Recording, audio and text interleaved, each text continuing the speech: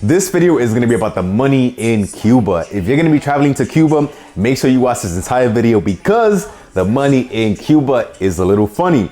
And if you don't know what you're getting yourself into, then you might go broke during your trip in Cuba. So make sure you watch this entire video. And if you still have any questions after watching the video, leave them in the comment section below. So let's get into it. I flew to Cuba with US dollars.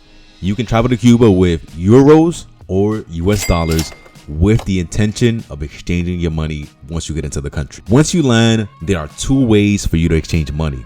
The first way, it is the official method. You can do this at the airport, bank, hotel, exchange house. When you go to these places, you are going to exchange your money at the official exchange rate. That is about 25 Cuban pesos for every dollar. That is the official exchange rate.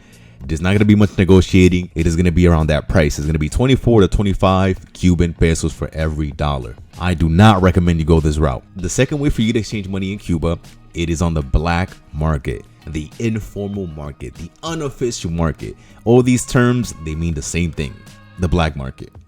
Now, I thought that it was going to be something super complicated, but it is not. It is actually pretty simple. I thought I was going to meet somebody in a dark alley. I was going to hand them my money. They were going to come back in like 10 minutes with the cash on some super shady-ish. But that's not the case. The black market is pretty much exchanging money with local Cubans. So you can do this with your Airbnb host. If you have a friend in Cuba, if you meet somebody in Cuba, you can do this with people who work in the tourism industry, the people who do the tours or the classic car rides. People like this, they'll be willing to help you out. And you can also just walk down the street, and I'm being serious about this. You can walk down the street. People are going to approach you 100 times a day. They're going to ask you two things for the most part. Number one, they're going to ask you if you want to exchange money. And second, they're going to ask you if you want to buy some Cuban cigars. So you can simply just walk down the street and people are going to approach you about exchanging money. When you go this route, the exchange rate is going to be a lot higher than the official exchange rate that I spoke about earlier. When I was in Cuba, the black market exchange rate was about 100 Cuban pesos for every US dollar. And that is already 4 times higher than the official exchange rate. When you go to Cuba, it might be a little higher. I think right now the exchange rate is, I think it's like around 200 Cuban pesos for every dollar. It is a lot higher than the official exchange rate. Now, the reason that you need to exchange your money on the black market is because all the prices that you will see in Cuba reflect the black market prices. So let me give you an example. If you want to get water in Cuba, a bottle of water is going to cost you around 200 Cuban pesos. If you go with the official exchange rate, that one bottle of water is going to cost you almost $10. That is ridiculous. If you go with the black market rate, that water is going to cost you $1 or $2, a lot more reasonable. When it comes to getting cabs in Cuba are going to be around 500 to 1,000 pesos for like a 5, 10, 15, 20 minute cab ride. If you go with the official market rate, that ride is going to cost you $20 to $40. If you go with the black market rate, it is going to cost you anywhere from $5 to $10, a lot more reasonable. Same thing when it comes to getting food in Cuba.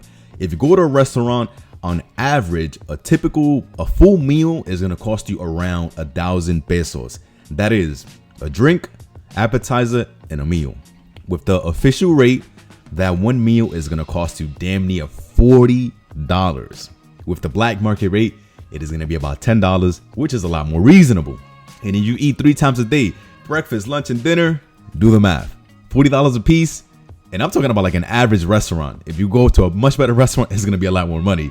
So if you go with the official rate, your Cuba trip is going to be a lot more expensive. Now, understand this. Physically, the money is the same. So whether you go with the official way or the black market way, the money is going to be physically the same. When you pay for things, people are not going to know how you exchange your money. So it's not like you're going to get a discount because you went with the official rate. Now, how do you exchange your money? Most of you are going to book an Airbnb. So first, speak to your Airbnb host. They are going to be more than happy to exchange money for you. The reason why a lot of people in Cuba do this is because they make money from exchanging your money. This is a business. That's why it is all over Cuba. So first, you can speak to your Airbnb host. If you stay at a hostel, you can speak to the staff or speak to other travelers. If you work with a tour company, they're going to help you exchange your money. And if you don't have none of those options, for whatever reason, you can simply just walk down the street. People are going to approach you all day and they're going to ask you if you want to exchange your money. Now, of course, you are not going to know what the rate is. So when people approach you, ask them the rate before you make the decision to exchange with them. Ask around, ask like 5 people so you have an idea of what the rate is. So I'm going to give you an example of one time that I did it on the street. So this day I was walking on the street and I needed to exchange money. So I already had an idea of what the exchange rate was. So I was walking down the street and I ran into this guy who was selling the classic car tours. I approached him. I asked him if he can exchange my money. He said he knows somebody who does it.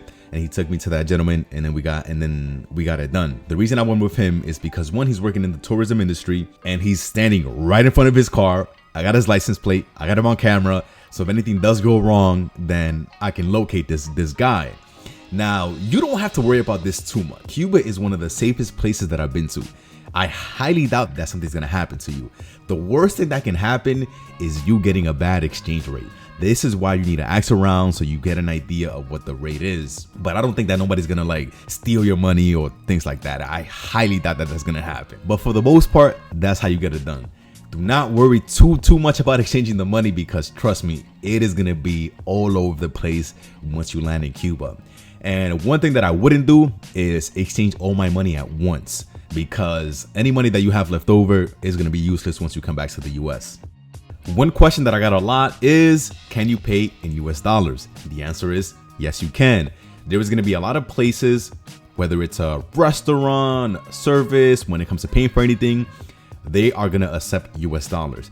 The problem with this is whenever you pay with US dollars, the person who's receiving it is going to determine the rate. For example, you might go to one restaurant, you eat. When it's time to pay, you let them know that you want to pay with US dollars. They're going to say, yes, we will accept your dollar at a rate of 100 Cuban pesos per dollar.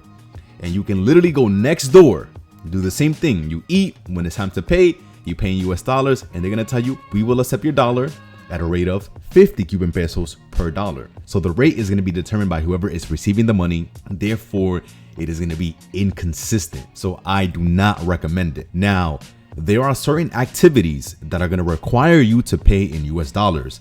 For example, I took some salsa lessons, I did a cooking class, I did a walking tour, and other activities that I did. Those activities required me to pay in US dollars.